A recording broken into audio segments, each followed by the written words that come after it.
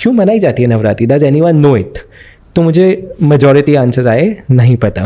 We are all waiting for the garba and the dandiya and the food, पर हमको पता नहीं कि नवरात्रि के जो 9 दिन है वो क्यों मनाए जाते हैं. If you can give us an overview कि क्या है नवरात्रि और क्यों मनाई जाती है नवरात्रि. देखिए, नवरात्रि एक इतना गहरा त्योहार है हमारे धर्म में कि सिर्फ एक साल अगर हमने पूरे फोकस के साथ नवरात्रि की जो भी प्रिस्क्राइब्ड साधनाएं हैं कि हमारा पूरा जीवन बदल सकता है. It's so powerful.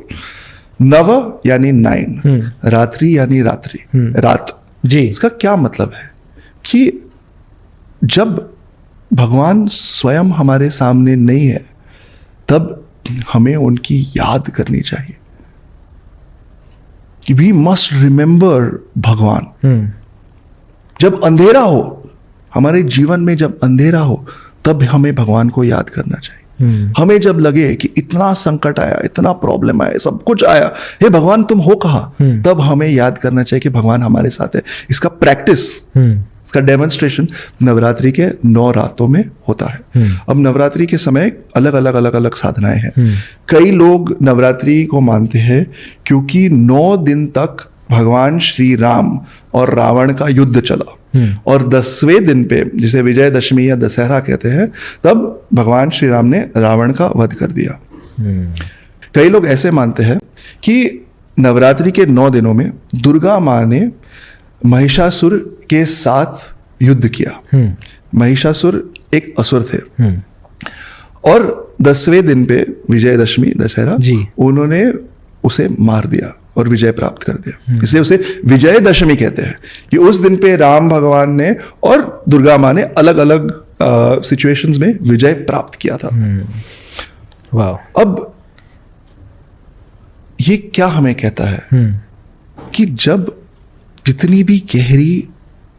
जितना भी गहरा अंधकार हो, जब हम कुछ समय के लिए साधना करके भगवान को याद करते हैं तो हमारा विजय तय है. एंड में it is definitely guaranteed.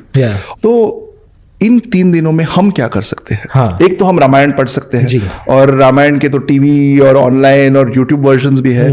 Books भी कई सारे अच्छे वर्जन्स है. अमर चित्र कथा के भी, ये तो 9 दिन में हम पढ़ ही सकते हैं आराम से और भगवान के साथ मन ही मन में जुड़ सकते हैं. अगर हमें देवी उपासना करनी हो तो अलग अलग बहुत डिटेल्ड तरीके भी है, बट एक सिंपल तरीके से पहले 3 दिन में अगर हम माँ दुर्गा की उपासना करें, उनको याद करें, केवल एक ओम दुम दुर्गाय नमः या दुर्गा माँ का एक नाम जप करें, तो हमारे जीवन में शक्ति आती है. पहले 3 दिन में फर्स्ट 3 डेज हमारे जीवन में शक्ति आती है कि जो हमारे नेगेटिविटीज है, जो भी हमारे चैलेंज है, उनका हम सामना कर सकें.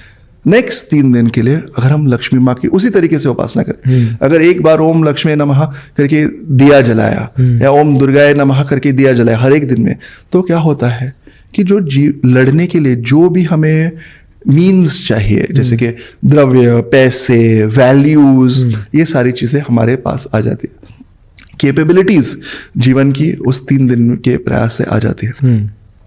और आखिरी 3 दिन के लिए सरस्वती माँ की अगर हम साधना करें तो हमारे मन में वो पावर, पहले 3 दिन की पावर्स और नेक्स्ट 3 डेज के जो मीन्स है, मनी और जो भी है, उसका सही से उपयोग कैसे करना चाहिए, उसकी कैपेबिलिटी आ जाती है. हमारा मन, हमारा इंटेलेक्ट, हमारी वाक शुद्धि, जैसे कहते हैं स्पीच, इतनी क्लियर हो जाती है कि as a result of those 9 days of sadhana, 10th day क्या आपकी पूरे लाइफ में विजय ही विजय होगा.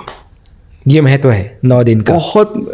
और ये लेवल अगर हम सब प्रैक्टिस कर सकते हैं, ये लेवल हम सब प्रैक्टिस कर सकते हैं. उसका नेक्स्ट लेवल है थोड़ा उपवास करना, उसका नेक्स्ट लेवल बहुत डिटेल साधना भी है. जैसे कि पिछले साल हमने नवरात्रि के दिनों में देवी अष्टमी पे, महाअष्टमी पे एक हवन किया था घर पे ही. 3-4 लोग आए थे, बट बहुत माँ की कृपा थी और बहुत मन में था कि अष्टमी के दिन कुछ करना चाहिए. तो हमने दुर्गा माँ का हवन किया.